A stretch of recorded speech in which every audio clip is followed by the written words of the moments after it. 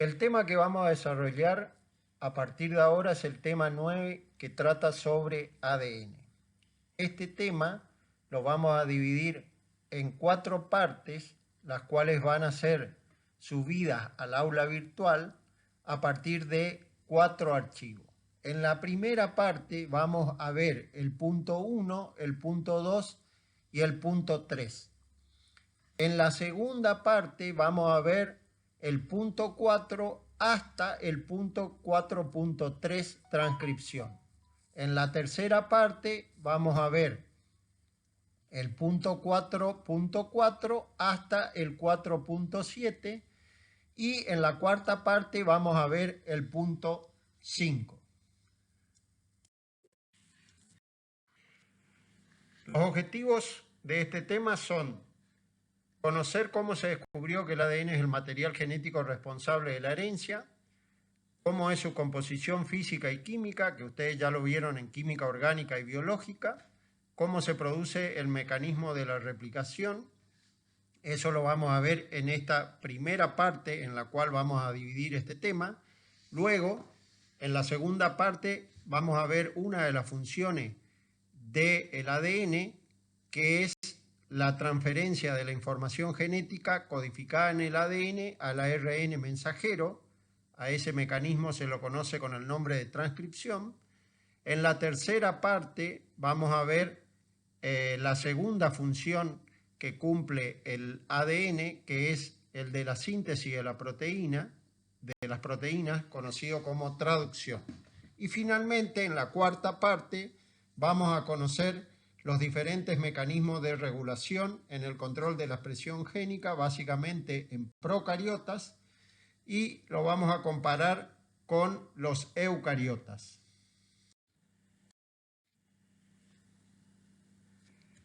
Bueno, vamos a ver cuáles fueron los descubrimientos previos a los experimentos que demostraron que el ADN es el material genético responsable de la herencia. Básicamente tenemos el trabajo de Mendel en 1866, que ustedes vieron en las primeras clases en análisis mendeliano, en el cual descubrió de que existen factores, los cuales se conocen como genes, que se heredan y que están asociados con caracteres específicos. Luego, Miescher en 1869 descubrió una sustancia, la cual la denominó nucleína y que posteriormente se supo estaba constituido por los ácidos nucleicos. Posteriormente, en 1902, Sutton y Boveri, a partir de su famoso trabajo conocido como teoría cromosómica de la herencia, descubrieron que los genes son portados por los cromosomas. Posteriormente, Morgan en 1910 pudo asociar el comportamiento de genes particulares con cromosomas específicos y a ese descubrimiento se lo denominó herencia ligada al sexo. Finalmente se descubrió que los cromosomas están constituidos por ADN y proteínas. El primer experimento que ayudó a demostrar que el ADN es el material genético responsable de la herencia fue realizado por Griffith en 1928. Griffith fue un médico británico que trabajó con la bacteria Streptococcus pneumoniae, la cual produce neumonía en humanos y normalmente es letal en los ratones. Griffith usó 2 razas o cepas de la bacteria, una cepa R no virulenta y una cepa S virulenta. La diferencia entre ambas cepas se podía observar en la formación de las colonias en un medio de cultivo. Las R eran de aspecto rugoso, sus colonias, mientras que las S eran de aspecto liso. Esa diferencia posteriormente se supo que era debido a la presencia de polisacárido en la cubierta de las bacterias S virulenta. En el primer experimento, Griffith lo que hizo fue inyectar por separado a los ratones con las cepas R y con las cepas S y observar qué era lo que sucedía con los mismos. Cuando él inyectaba con la cepa R, los ratones vivían. lo que hizo fue obtener la sangre de dichos ratones, hacer un medio de cultivo y observó que no había desarrollo de colonias. Cuando él inyectó los ratones con la cepa S virulenta, los ratones se morían. Obtuvo la sangre de dichos ratones, hizo un medio de cultivo y pudo observar el desarrollo de colonias de aspecto liso. En segundo término, Griffith tomó las cepas S virulenta y las trató o las mató con calor. Luego las inyectó a los ratones y observaba que los ratones vivían.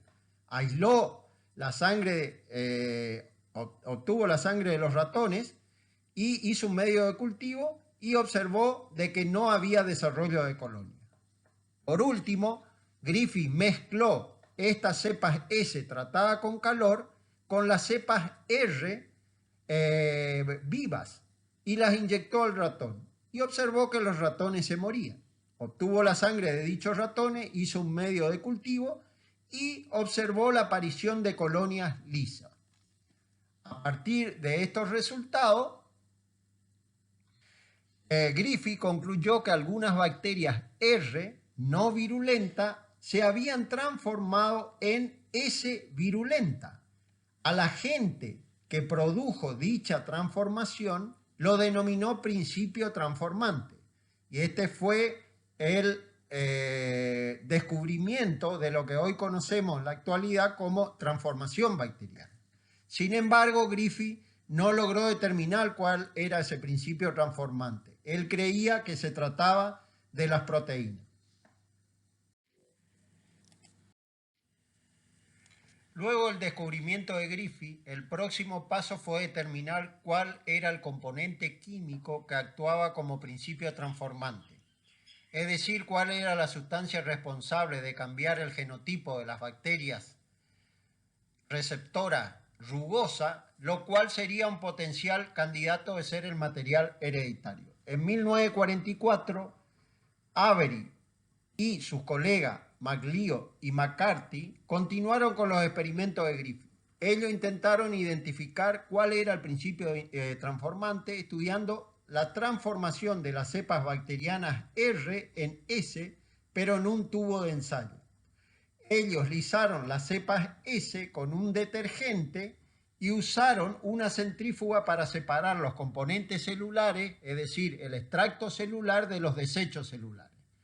Luego incubaron el extracto celular con un cultivo de cepas R y realizaron un plaqueo sobre una placa de Petri conteniendo un medio de cultivo para bacterias. Si aparecían sobre la placa colonias con aspecto liso, era una demostración que el extracto celular contenía el principio transformante. Avery y colaboradores sabían que algunos de los componentes macromoleculares del extracto celular de las cepas virulentas S, los polisacáridos, los lípidos, las proteínas, el ARN o el ADN, debía ser el principio transformante. Para determinar cuál de ellos era, realizaron una serie de tratamientos enzimáticos para degradar cada uno de ellos por separado y luego probar si ocurría la transformación. Para ello pusieron a incubar cepas bacterianas R con los componentes celulares que no se habían degradado y luego observaron si desarrollaban colonias lisas. Primero degradaron con los ARN por medio de enzimas específicas denominadas ARNasa, luego las proteínas con proteasa, luego el ADN con ADNasa, los lípidos con lipasa y los polisacáridos con carboasas. Ellos observaron que en todos los casos, menos cuando trataron con la enzima que degradaba el ADN, cuando ellos mezclaban ese extracto celular tratado enzimáticamente y lo pusieron con las cepas R, luego observaron de que había aparición tanto de cepas R como de cepas S. Por lo tanto, en dicho extracto celular estaba el principio transformante. En el único caso en donde no hubo transformación de R en S fue cuando ellos degradaron el ADN. A partir de ello, ellos concluyeron que el ADN era el principio transformante descubierto por Griffith. Sin embargo, esta prueba no fue suficiente para demostrar que era el material genético responsable de la herencia, ya que los científicos de la época criticaron el trabajo de Avery y colaboradores diciendo de que el ADN que ellos tuvieron estaba contaminado con proteína, ya que la comunidad científica por aquellos años creía que las proteínas era el material genético responsable de la herencia. En 1953, Hersey y Chase realizaron un experimento que terminó por demostrar que el ADN es el material genético responsable de la herencia.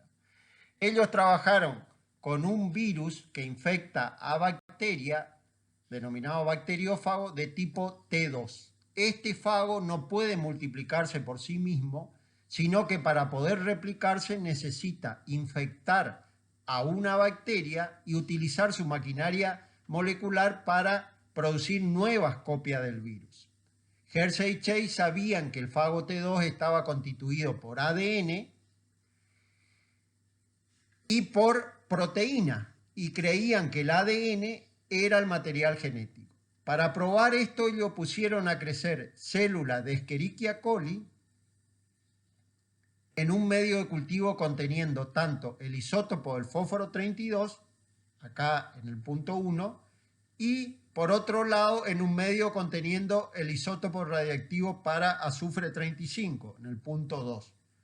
Ellos usaron estos isótopos porque sabían que el ADN contiene fósforo pero no azufre y las proteínas contienen azufre pero no fósforo.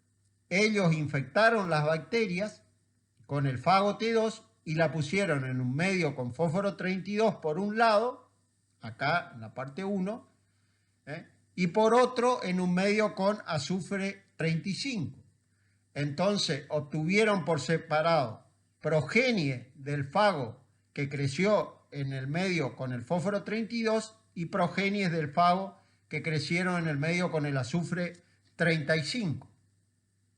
Cuando ellos midieron la radiactividad en el primer caso, ellos encontraron que dicha radiactividad para el fósforo 32 se encontraba dentro de la célula bacteriana y en la progenie de los fagos.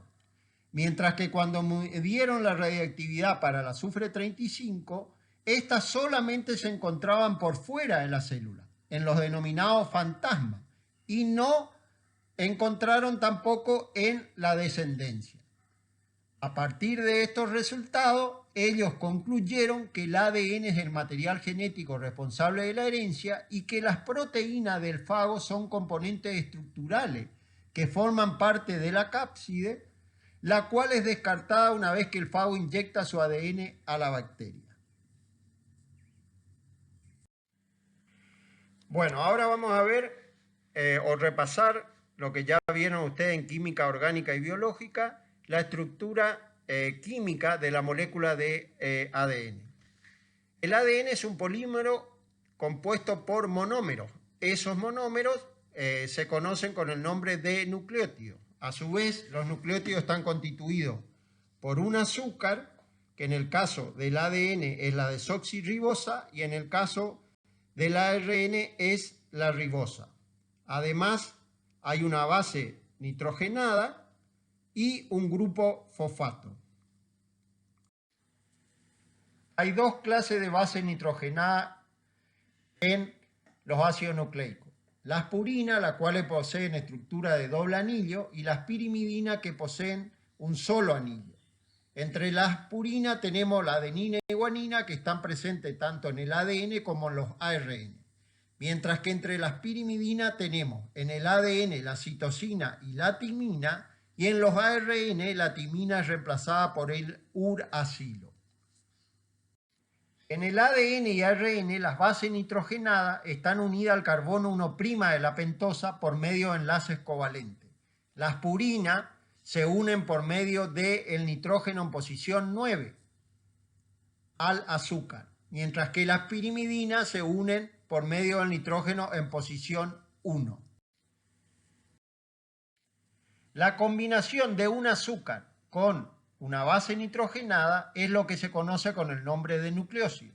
Si a esto se le agrega un grupo fosfato, se lo denomina nucleótido. El grupo fosfato se une al carbono 5', tanto en el ADN como en el ARN.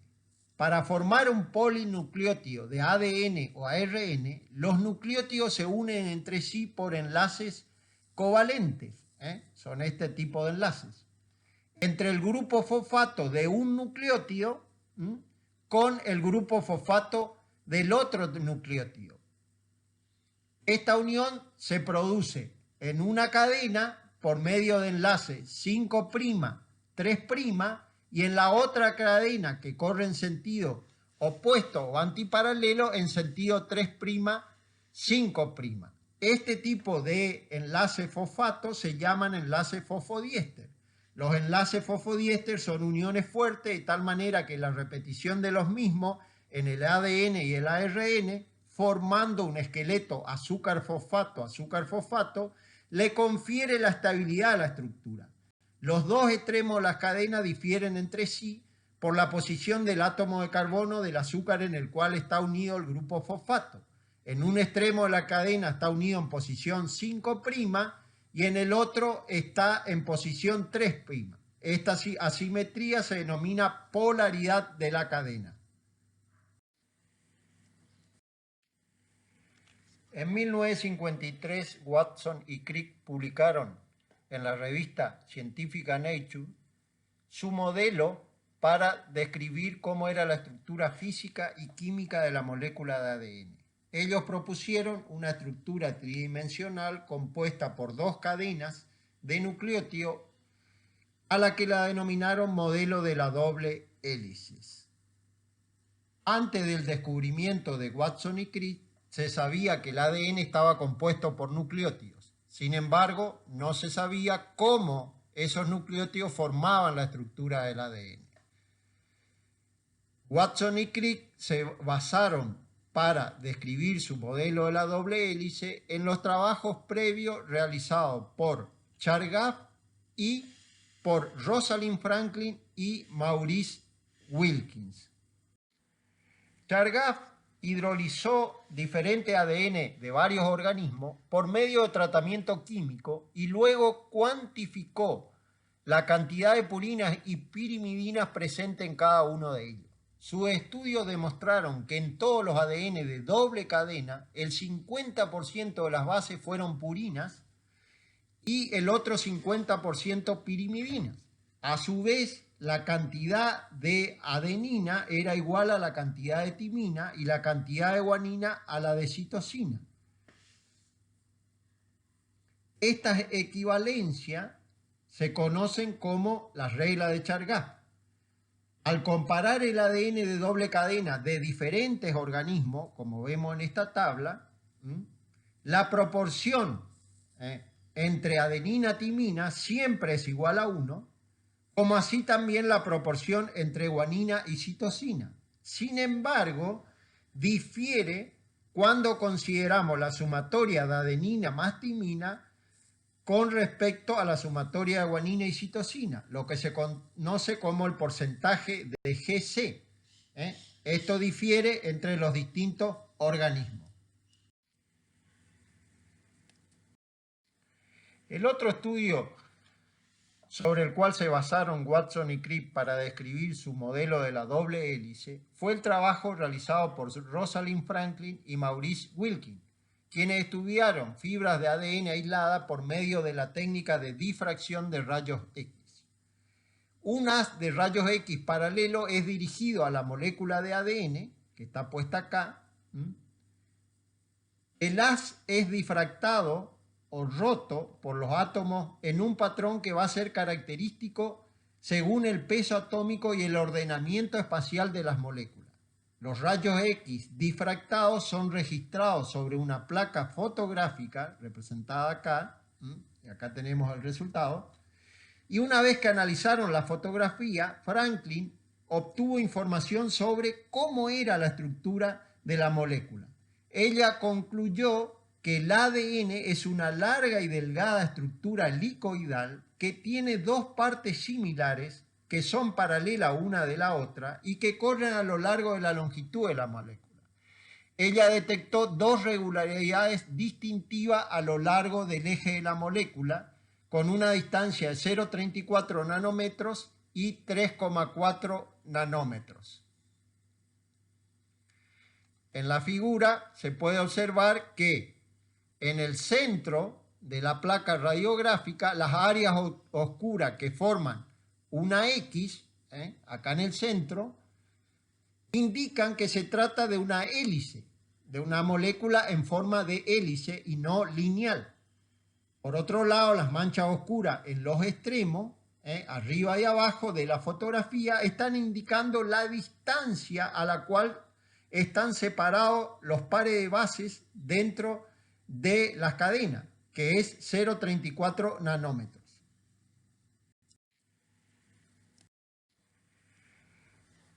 Watson y Crick usaron los resultados de Franklin para construir su modelo tridimensional de la estructura del ADN, como observamos acá en esta figura. En la A vemos el modelo molecular, en B la representación estilizada de la doble hélice y en C la estructura química de un segmento de la doble cadena de ADN.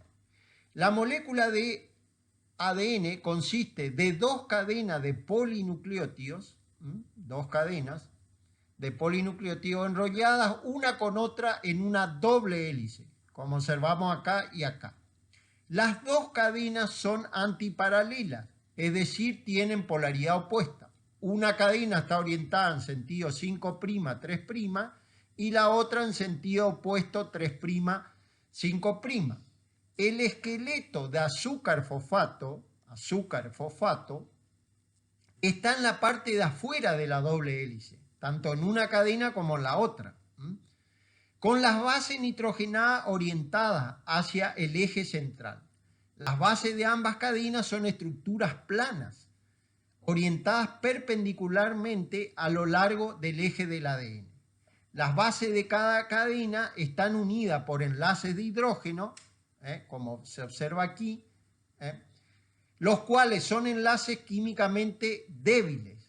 Los apareamientos específicos observados son adenina con timina o timina-adenina y guanina-citosina o citosina-guanina. En el caso de adenina-timina, los enlaces de hidrógeno son doble y en el caso de guanina y citosina son triple. Los enlaces de hidrógeno permiten separar más fácilmente las dos cadenas mediante el calentamiento. Los pares de bases específicas, adenina, timina, guanina, citosina, son denominados pares de bases complementarios. La secuencia de nucleótidos específica de una cadena dictamina cuál será la secuencia de nucleótidos en la otra cadena. Por ejemplo, si en una cadena la secuencia de nucleótido es TGTA, en la otra cadena va a ser ACAT. Los pares de base están separados en la hélice de ADN por 0,34 nanómetros, como vemos acá, entre pares de base. Un giro completo de 360 grados de la hélice abarca 3,4 nanómetros. Por lo tanto, quiere decir que hay 10 pares de base en dicho giro. El diámetro externo de la hélice tiene 2 nanómetros. Por la manera en que las bases se unen una con otra, los dos esqueletos de azúcar fosfato de la doble hélice no están igualmente espaciados uno del otro a lo largo de la misma. Este espaciamiento desigual genera surcos de tamaño distinto entre los esqueletos, formándose un surco mayor, como se observa acá, surco mayor, y un surco menor. Los bordes de los pares de bases en el surco mayor están más expuestos, de tal manera que permite que interactúen con proteínas específicas que van a actuar durante el proceso de transcripción de los genes. El descubrimiento de Watson y Crick de la estructura del ADN es considerado por muchos científicos como el hecho más importante del siglo XX. Por este descubrimiento, Watson, Crick y Wilkins recibieron en 1962 el Premio Nobel en Fisiología o Medicina. Rosalind Franklin no pudo recibir dicho premio ya que falleció, y la Academia Nacional que otorga dicho premio solamente les otorga a las personas que están vivas. Cuando Watson y Crick propusieron su modelo de doble hélice para el ADN, ellos entendían que la replicación del ADN debería ser sencilla si su modelo era el correcto. Esto significa que si la molécula de ADN fuera desenrollada y las dos cadenas separadas, cada cadena serviría de molde para la síntesis de una nueva cadena, complementaria a la cadena de ADN parental. Este modelo de replicación del ADN es conocido como el modelo semiconservativo, que vemos acá en este esquema, donde una de las cadenas, la de color azul, es la parental y la de color naranja es la cadena recién sintetizada. En aquel momento se plantearon dos modelos alternativos como posibles modelos de replicación de la molécula de ADN. Uno es el conservativo, que vemos acá en el medio, en donde se sintetiza una doble hélice nueva completa, permaneciendo las doble hélice parental junta. Y el otro modelo propuesto es el dispersivo, donde las moléculas hijas consisten en cadenas con segmento de ADN parental y segmento de ADN recién sintetizado, intercalados. En 1958, Mendelssohn y Stahl demostraron que el modelo de replicación semiconservativo era el modelo correcto. Ellos pusieron a crecer bacterias de Escherichia coli en un medio en el cual la única fuente de nitrógeno era el isótopo pesado N15. Este isótopo reemplaza al normal N14 y posee una densidad mayor, lo que permite separarlo por centrifugación en un gradiente de densidad. Los isótopos son separados mediante centrifugación a alta velocidad en una solución de cloruro de cesio, donde se forma un gradiente de densidad con el isótopo N14, representado acá por la molécula de color verde, más liviano en la parte superior del tubo, y con el isótopo N15, representado por la molécula en color rojo, en la parte inferior del tubo. Después de varias divisiones de crecer en un medio con nitrógeno 15, el ADN de la célula fue marcado con dicho isótopo pesado. Luego las células fueron removidas del medio con nitrógeno 15 y se pusieron a crecer durante 2 generaciones en un medio donde únicamente estaba presente el isótopo liviano N14. Después de 1 a 2 divisiones celulares, las muestras fueron sacadas. Se aisló el ADN de cada muestra y se analizaron en un gradiente de densidad. El ADN centrifugado con cloruro de cesio forma una banda en posición idéntica con su densidad en el gradiente. Los ADN de diferentes densidades formarán banda en diferentes lugares. Las células que inicialmente crecieron en el isótopo pesado N15 mostraron ADN de alta densidad, es decir, en esta posición del tubo. Después que estas células crecieron en el isótopo normal N14, en la primera generación, los investigadores encontraron que el ADN fue intermedio en su densidad, es decir, se ubicaba en la posición media del tubo. Después de 2 generaciones, observaron ADN de densidad intermedia y también de baja densidad, tal cual lo había previsto Watson y Crick. Si el modelo de replicación hubiese sido el conservativo, representado en B, después de un ciclo de replicación debería haber, en nitrógeno 14, debería haber 2 bandas de ADN, una de alta densidad, acá, de color rojo, correspondiente a las moléculas de ADN parentales con nitrógeno 15 en ambas cadenas, y otra banda de baja densidad conteniendo moléculas de ADN hija en ambas cadenas marcada con nitrógeno 14.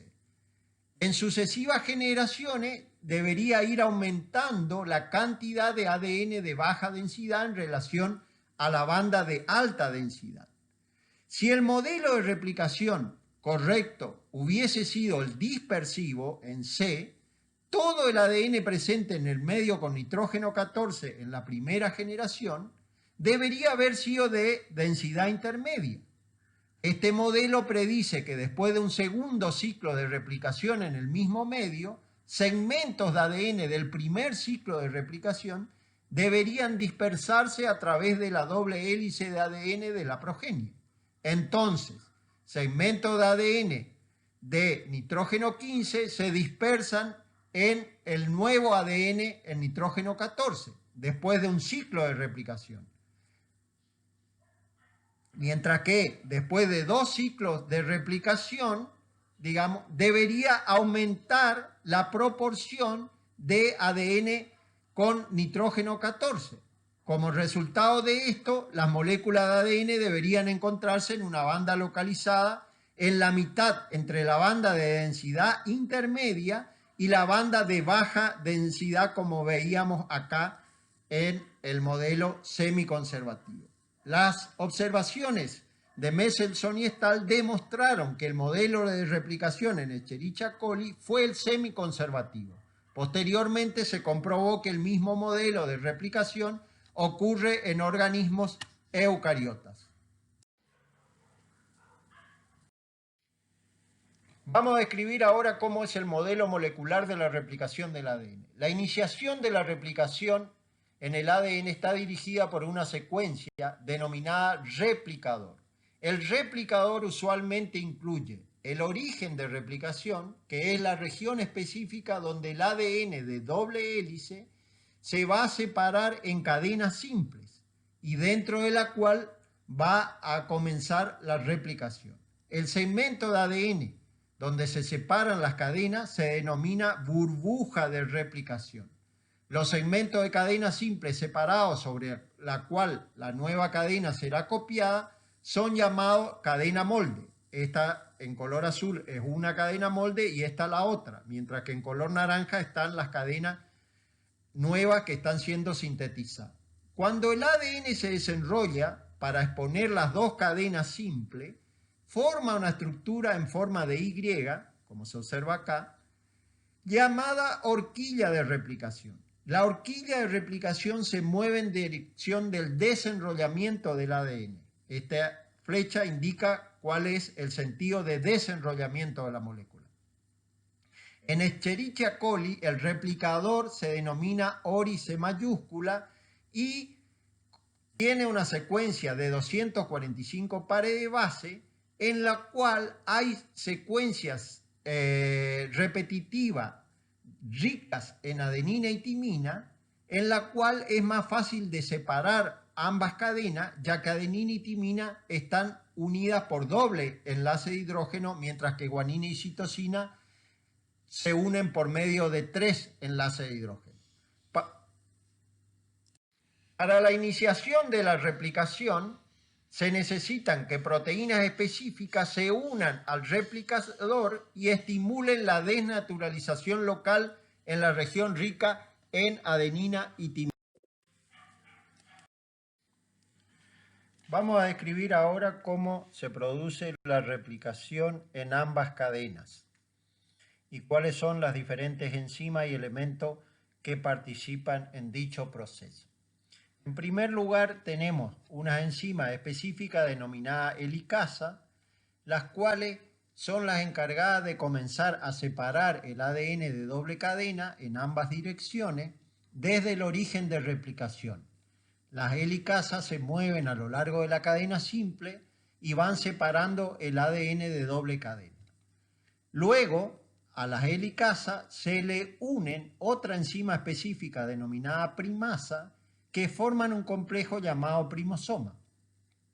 Esta ADN primasa es muy importante ya que es la encargada de sintetizar un corto segmento a base de ARN de entre 5 y 10 nucleótidos de longitud, a partir del cual la ADN polimerasa va a poder comenzar a sintetizar la nueva cadena de ADN, ya que ninguna polimerasa de ADN puede por sí sola iniciar el proceso de replicación.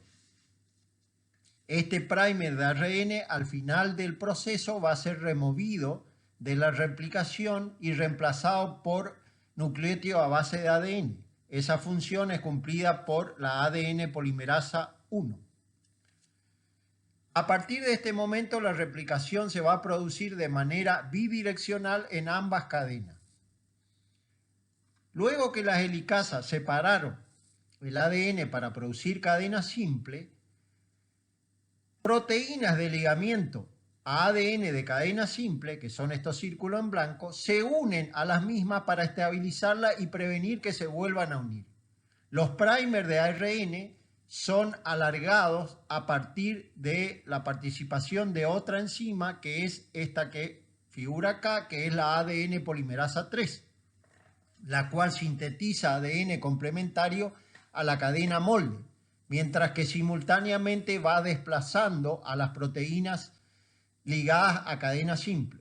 Como la ADN polimerasa solo puede sintetizar en dirección 5', 3' y las dos cadenas molde tienen polaridad opuesta, la síntesis se produce de manera diferente en ambas cadenas. La cadena nueva sintetizada en dirección 5', 3', en el mismo sentido de movimiento de la horquilla de replicación, marcado acá con la flecha, que sería esta, digamos, es la denominada cadena adelantada o cadena líder, y donde la síntesis se va a producir de manera continua.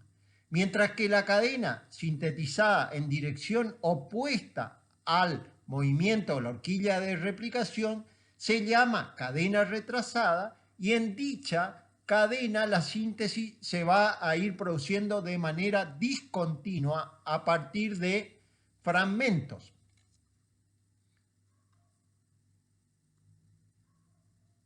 A medida que la horquilla se mueve, las helicasas van a ir separando más ADN, y en esta posición se va a ubicar otra enzima específica denominada ADN girasa, que es un tipo de topoisomerasa, la cual va a ir relajando las tensiones que se van produciendo como consecuencia del desenrollamiento. La cadena líder, esta que está acá, es sintetizada de manera continua mediante la horquilla avanza, mientras que la cadena retrasada se produce de manera discontinua por tramos a medida que la horquilla progresa.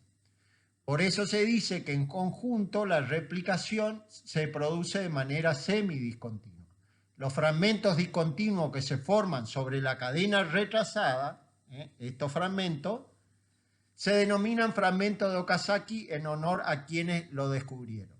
En la cadena retrasada se sintetizan nuevos primers de ARN cada aproximadamente 1000 a 2000 nucleótidos incorporados.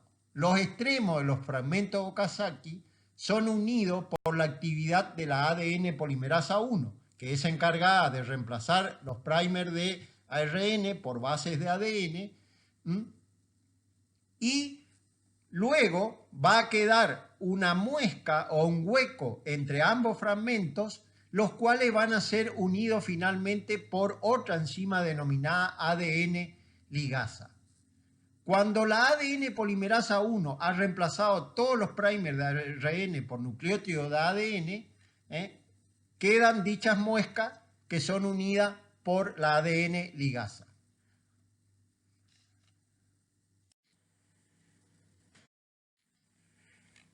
En esta figura podemos observar cómo se produce la síntesis de manera semidiscontinua en ambas cadenas molde. En el primer esquema podemos observar sobre una cadena en color rojo el primer de ARN sobre la cadena retrasada, donde vemos que la síntesis se produce de manera discontinua a partir de fragmentos. siempre la síntesis se produce en sentido 5', 3', mientras que en la cadena de abajo o cadena líder, la síntesis se produce de manera continua a partir de un único primer, ya que sigue el mismo sentido de orientación que el movimiento de la horquilla de replicación. Fíjense que acá se pueden observar dos fragmentos de Okazaki que han sido sintetizados con los primers correspondientes a cada uno de ellos, los cuales van a ser luego removidos por medio de la ADN polimerasa 1 y reemplazados por nucleótidos a base de ADN, quedando una muesca, la cual va a ser finalmente ligada por medio de la enzima ADN ligasa. La replicación de la molécula de ADN lineal en un cromosoma eucariótico se produce en ambas direcciones, como podemos observar en estas imágenes, y continúa dicho proceso hasta el extremo de los cromosomas. Los extremos de los cromosomas son los denominados telómeros.